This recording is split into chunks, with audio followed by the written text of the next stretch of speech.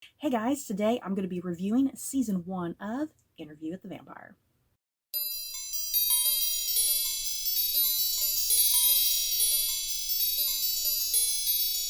So, before I head into my thoughts and feelings on this very first season of Interview with the Vampire, quick disclaimer, I'm going to do my best to stay away from spoilers.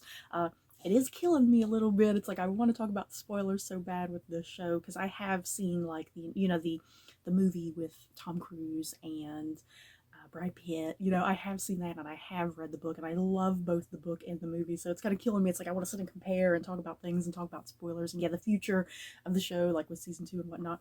So yeah, either way, I'm going to stick with no spoilers, you guys.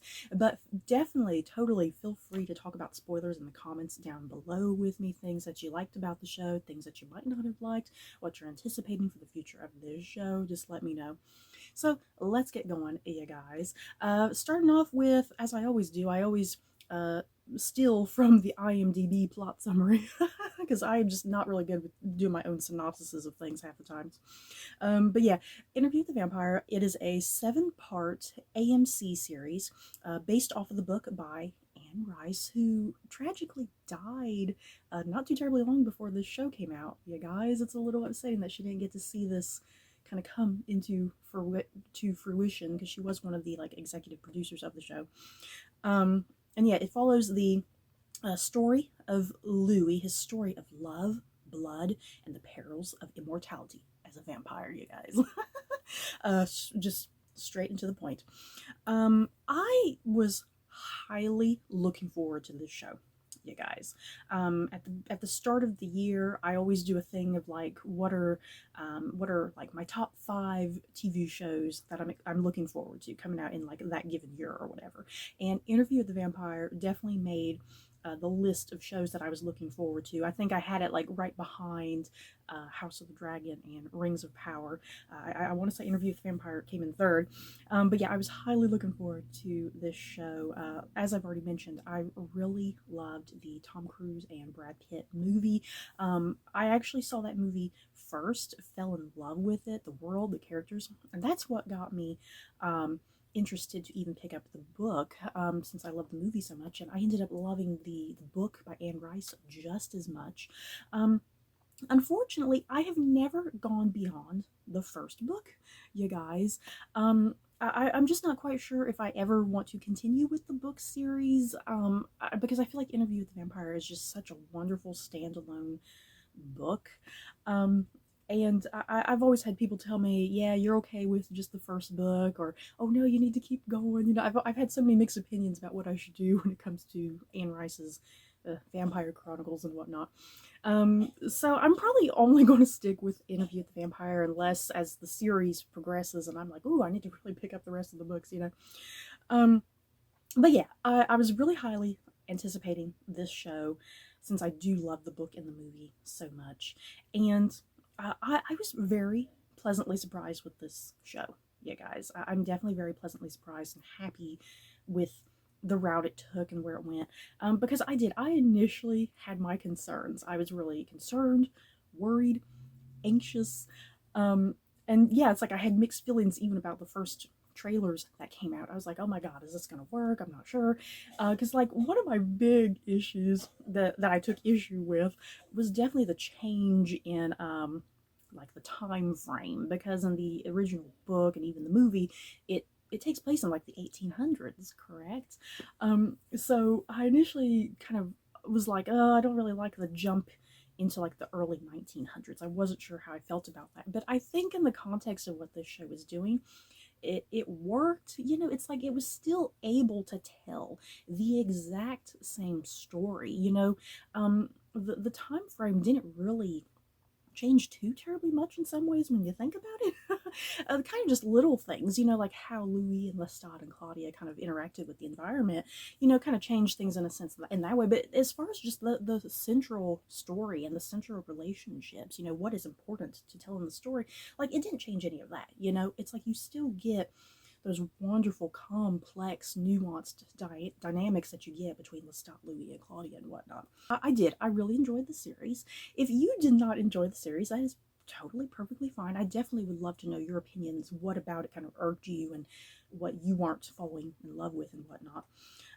And yeah, I think what's important too, despite some of the changes that this show took, um, I think it definitely still retains that essence and spirit of the book and what is presented through Anne Rice's writing. And because this show, I mean, there's the original book is very thematic in some ways, because it has a lot to do with the meaning of life and the meaning of death, and what does life and death mean to an immortal vampire, who is witnessing things going through the decades and centuries, and kind of that mundane livelihood that begins to happen. And this show sort of starts to get into some of that, I think, because I think season 2 is where we're going to see a lot of that more thematic side of things happening. Because yeah, in the book, Louis, he's a very suicidal vampire. That's kind of a big thing to know about Louis's character, kind of moving forward. He's a rather suicidal character, and he's seen things, he's done things. And yeah, the decades and centuries are just kind of trickling by, and kind of this boredom, and he has like this existential crisis that happens kind of in the second half of the book, which, like I said, I think the second season is definitely going to explore that a lot more, with his existential crisis, I feel like, and his more suicidal nature. Whereas this first season was definitely exploring more of kind of this weird, crazy love triangle, if you will, if you want to call it a love triangle, between Lestat, Louis, and Claudia. But yeah, like I said, I think this show definitely took that essence and spirit of what Anne Rice presented in that book. Yeah, kind of exploring this whole thing too of the life of a vampire is not glamorous and glitzy like we normal humans would kind of expect it to be. The life of a vampire is, it's bloody, obviously. It's bloody and raw and gritty and dirty, and there's kind of the constant thing of you got to be worried about people looking at you and starting to get suspicious, like, hey, why aren't you changing? Why aren't you aging? Why are their bodies disappearing all over the place? So that's kind of definitely what I mean about this show, definitely taking some of that spirit and essence, dealing with those ramifications of what it means to be a vampire. But it's not all glitz and glamour at the end of the day. It's not like the Cullen family from the Twilight series and whatnot. And as I already mentioned, this show definitely changed some things that I think worked for me. I already mentioned that it changed the time frame of the story. Instead of it being in the 1800s, it takes place more in the early 1900s, and we're leading on up to World War II, which I'm really loving. I'm curious how World War II is going to figure into the next season. I think that's going to be very, very interesting, because if you've read the book, there is a change in location kind of in that second half of the book, because the first half of the book does primarily take place in Louisiana, so you have that side of things. And then, yeah, you do have our characters navigating into Europe in the second half. So I think it's going to be very interesting navigating World War II, war-torn Europe. I think, seriously, I think that's going to be absolutely fascinating. I can't wait to see how season 2 is going to handle that. So yeah, we do have the change in time frame, which worked for me, and like I said, I initially was concerned about that, but it worked. There's also the very obvious change in Louis's race. Louis, in the book, he's definitely described as being a white man, and then obviously in the movie, he's played by blonde, blue-eyed Brad Pitt. Changing Louis's race was very interesting, and it worked for me, because initially I had my concerns even about that. I was like, oh no, what? Oh no, but it worked. It definitely worked, I think, and I think it added a whole nother new depth and layer to Louis's character, changing his race, and yeah, being there in Louisiana, which is in the American South and whatnot, and yeah, kind of like I said, giving him this extra layer and depth with his character.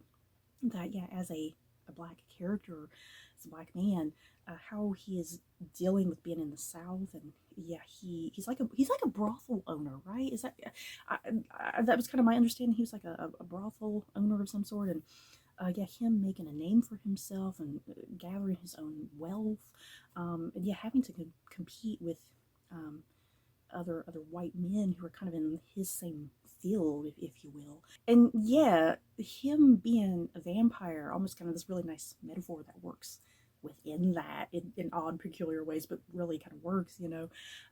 So yeah, even changing Louie's race, like I said, I did have my concerns, almost like, oh dear, I don't know how this is gonna go. But it worked. I definitely think it worked.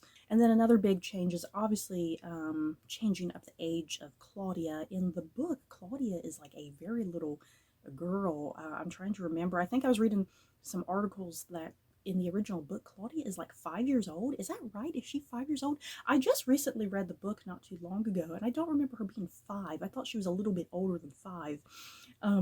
But yeah, she's definitely not like a teenager as she is in the show. So yeah, aging Claudia up into a teenager, that was another change that worked for me, and I totally understand why they aged Claudia up. Claudia is a very complex, complicated character, and you definitely need an older actress to convey that and to get those emotions out. And yeah, you need someone who can do that physical side of things, because yeah, Claudia is a just killer machine. She is just killing people left and right in the book and even in the movie, you know. That's what's so interesting and compelling about her character, is that she's this little girl, you know, a little girl, but she has, as she's aging, you know, her mind is aging and she's getting more mature and more intelligent, but her body is not aging and she's not developing what a woman would look like, you know. So I did like them changing her up to at least being a teenager, because her having this mentality, a teenage mentality, and having all these hormones and kind of the interesting things that does to her being a vampire, you know, that she still wants to be a teenager and she wants to party and fall in love and do things that a teenager should be doing, but being a vampire kind of restricts some of that, and it kind of takes her, you know, takes her kind of the long way, the hard way, to kind of start figuring some of that out before she does start maturing and developing over the course of the first season and whatnot. And yeah, the Claudia and Louis relationship, I'm definitely curious how that's going to figure into season 2. Because yeah, once again, if you've read the book, there's kind of this weird relationship, perverse relationship between Claudia and Louis that kind of verges into territory of like lover and sister, you know. So I'm kind of curious how the show's going to kind of depict that, if they're going to go that route of kind of lover and sister sort of mentality. So other things that I really particularly liked about this adaptation, yeah, the production design was wonderful. You know, I felt like I was in, you know, Louisiana during this time period in the South, you know. The production design was wonderful. I really liked the costuming. It looked pretty accurate. You know, I love good costuming, and I hate distracting costuming. You know, when you're sitting there watching a period drama and you're like, oh, they definitely would not have worn that during this time period. Yeah, the costuming definitely, it looked like it fit in. You know, I didn't see anything that was just distracting or anything. Great costuming, great writing and directing. Um, just everything was great, I think.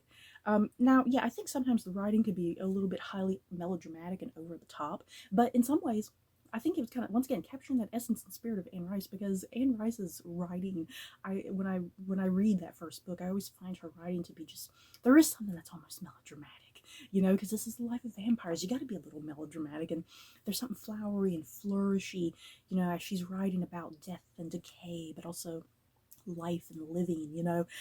So I think, once again, the writing, even though sometimes it was kind of like, oh my good lord, this is a little melodramatic, and once I started thinking about it, I was like, you know, it works, because they're capturing some of that melodramatic writing that I kind of got from Anne Rice. As far as some of the pacing of this show goes, because I do think the first half stuck very, very close in some ways to the original book as far as some of the plot goes, and I do think the second half was starting to take a few more liberties in there, because it definitely stretched out a lot more of Claudia's story. I think it stretched out a lot more of that, and I do think some of the episodes kind of there near kind of that middling area were a little bit slower, since they were taking more liberties and I wasn't quite sure what was going on sometimes. But either way, I think all the episodes, once you get all these episodes going and you get all the characters going, all the relationships established, I think by the time you get to that episode 7 season finale, it just really, really builds to this wonderful climax and whatnot. And yeah, especially if you know the direction of where everything's kind of going, you know, by the second half of that book and everything, what the second half of the book explores, yeah, by the time you get to see episode 7, it's like, oh, this is so good. Okay, touching on the characters really quickly here. I definitely got to talk about them. We have Jacob Anderson playing Louis. I really loved Jacob Anderson's portrayal of Louis. You know, playing a character that's almost kind of meek and mild to some extent. Um, because he almost has to be that way because once again he's a black man in Southern America and whatnot, and he's trying to compete with the wealthy white men around him, and there's almost this kind of this meek and mildness to him at the start. I almost feel like, and but yeah, once he gets the power of being a vampire, and all of a sudden he's like, hey, I have this power, I can use it, you know. He starts to kind of build up that confidence. Once again, building up more depth and layers to his character, I think, and he really starts to come into his own, and yeah, he kind of starts realizing, hey, do I want to run around and be like Lestat and just kill willy nilly? You know, he kind of starts realizing he's not really like a killer vampire. If he can kill rats and cats, you know, animals, he'd much rather do that. Like be like a vegan vampire almost, as weird as that sounds, even though he's still consuming animal blood. He doesn't really want to kind of be like Lestat in that way, just killing for the sake of killing, and so that I love, because that's a part of the book that's carried through, is that aspect of him, that he doesn't really want to do that, and I like Jacob Anderson really portraying that. I think he did a great job with that. Yeah, Jacob Anderson. I'm just glad he's finally getting recognition. I've been watching Jacob Anderson for probably over a decade now, I feel like, because before he was even on Game of Thrones, you guys, before he was even on Game of Thrones, I had already seen him in a few other like British things. And yeah, even recently after Game of Thrones, he was like on like a season of Doctor Who, which I really liked him on. So I'm just glad his career has grown to this point that he gets the lead in a massive franchise like this. I think it's super exciting for his career, and I'm just really glad for him as an actor, because like I said, I've been watching Jacob Anderson for like over a decade before he was even on Game of Thrones. But yeah, I loved his portrayal of Louis. Louis is just such a great character in general, you know, just one of the most iconic characters in literature, I feel like. Um, he just has such a distinct voice, you know, and I think Jacob Anderson really delivers that voice of Louis, that, you know, like from what you hear in the book and whatnot, just his speech pattern, like the speed of his speech. He has a very deliberate way he kind of speaks that's really kind of slow and methodical and meticulous, you know, like, hey, I'm a vampire. Why do I need to speak quickly? You know, I have all the time in the world to speak. So yeah, I think Jacob Anderson did really great with that. I love the makeup design on him as well, with kind of the blue eyes and and the kind of the paleness. You know, they're able to put a bit of a paleness on there since he's dead. You know, um, yeah, the clothes. Oh my god, I loved the clothing on him as well. It looks so great. Let's talk about Sam Reed. You guys, Lestat. I think we were all looking forward to Lestat, because I think Lestat is a big, huge fan favorite. I freaking love Lestat. Oh my god. And Sam Reed, I think Sam Reed on occasion stole the damn show. Sam Reed was just an amazing, perfect choice for Lestat. Lestat is very egotistical, very vain. He's an enigma at times. There's many things that he's hiding and concealing. It's like, is he purposely hiding and concealing things because he wants to keep Claudia and Louis subservient, you know? Or is he claiming that he knows more when in reality he doesn't, you know? He's just saying that he does to make himself sound like he's more of a badass vampire than what he is, you know? Um, Lestat is a very complex, complicated character in some ways, and he's a character that you love to hate. You know, he has moments that you love him, and then moments that you just absolutely hate him for how he's treating Louis and Claudia. You know, yeah, Sam Reed. Oh my God, seriously, he did a remarkable job. I was sitting there thinking, how's he gonna follow in the footsteps? How's he gonna follow in the footsteps of Tom Cruise's performance? Because I think Anne Rice, if I'm not mistaken, I think Anne Rice notoriously did not like Tom Cruise as Lestat, if I'm not mistaken. I can't remember if she never liked him or she initially didn't like his casting, but then she liked him in the role once she saw the movie. I can't remember. Because I think Lestat is one of her favorite characters. I feel like, because yeah, he's kind of spun out into other books in the series, to the best of my knowledge. Um, yeah, the Lestat and Louis relationship is also really interestingly handled in this show. Um, their relationship is very volatile at times, and they have this back and forth with one another. Like one moment they're just desperately in love, you know, and then other moments where all of a sudden they're just really angry and bitter with one another, like they're a married couple, you know, which in a way they kind of are, you know, but it's lasting for centuries and centuries, and or not centuries, but it's lasting for decades and decades, and there's really no escape from it, you know. It's like they're tied together because Lestat made Louis into a vampire. Unfortunately, they're kind of tied together, and Louis, because of just how enigmatic Lestat is on occasion, Louis has no idea what the world of the vampires is all about. You know, he's never even met any other vampires other than Lestat and Claudia, you know? So it's like, how can he kind of escape from Lestat when he doesn't know that world and Lestat is keeping so much from him? Yeah, their relationship is so wonderfully explored in this show. And the way it's kind of depicted on occasion, especially kind of in the middle and half of the show, it when things start kind of falling out around them, it's their relationship is kind of depicted as being like this domestic abuse situation, which is so fascinating. Because when I was reading the book, and yeah, even the movie, it doesn't ever really portray the relationship like that, as like a domestic abuse situation. Um, I never kind of got that, but this show takes, I feel like, that liberty with portraying it as a domestic abuse situation, which is really fascinating. I kind of like that. Um, um, I think it worked for some viewers, and for others it didn't, because I think some viewers felt like the abuse went a little too far, you know. And yeah, in AMC, even at the start of the episodes, it had a disclaimer saying, "Hey, this depicts domestic violence. You know, be warned." And yeah, it does. It gets pretty heavy, even though they're vampires and they can't die, and even though they're injured, they can heal. You know, like despite that, it's like the relationship between Louis and Lestat is just so fraught, so volatile, and I mean, they're still hurting each other, you know, especially Lestat towards Louis. He's still hurting him in severe ways, even though they're vampires. It's still something that should not be happening.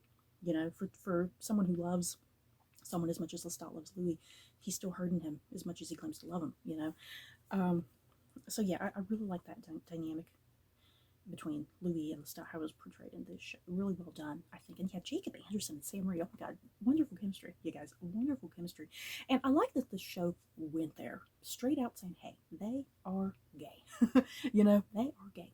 Because the book, Anne Rice kind of hints that there's something kind of sexual going on there, but she never totally goes into it. And then the book, or the movie sort of kind of gets into it too. There's kind of this homoeroticism within the subtext of kind of what's going on with Louis and Lestat's relationship. But yeah, the movie never totally kind of got into that. But yeah, this show, I love the fact that it's like, hey, these guys are gay. And there's all these references, you know, all the people around them saying, using slurs. You know, there's definitely a lot of gay slurs used in this show, and people know it. That these two guys are gay living together, you know. So yeah, this show, it definitely is like, hey, they're gay and we're not going to shy away from it. And yeah, there's some pretty great scenes between these two. A wonderful chemistry. I cannot repeat, wonderful chemistry between Jacob Anderson and Sam Reed. But yeah, moving on to Claudia, Bailey Bass. I love and adore Claudia. She's kind of one of my personal favorites from the book, and yeah, I absolutely adore Kirsten Dunst's portrayal of Claudia in the movie Interview with the Vampire. So I was really anxious about Claudia Bass as Claudia, since I love Claudia so much, and yeah, Bailey Bass totally worked for me. I loved her performance. She, like I said, changing her age up to her being a teenager, and she has all these teenage hormones raging in her, as well as the vampire hormones raging in her. So it's like all this is a conflict, you know, and it really heightens her character as a vampire and as a teenager and whatnot. I love that. And yeah, I do. I think Bailey Bass did such a wonderful job portraying Claudia when she's newly turned as a vampire. You know, she did a great job portraying that, and then she did a great job portraying kind of the Claudia who starts to kind of mellow and calm down as she's maturing. Even though she can't physically age, she's still maturing intellectually. Um, and yeah, like kind of as the season is winding down, you know, we see her, she can speak French, you know, just as good as Lestat can speak French, you know, and she's learning how to play chess with Lestat, which is a nice little metaphor, the chess match that happens between Lestat and Claudia kind of near the end of the show. Yeah, Claudia, I love Claudia's relationship with both Lestat and Louis, because her relationship with both of them is very different, because with Louis there is kind of this sisterly relationship, you know. And with Lestat, it's almost like he's more of a father figure towards her, you know.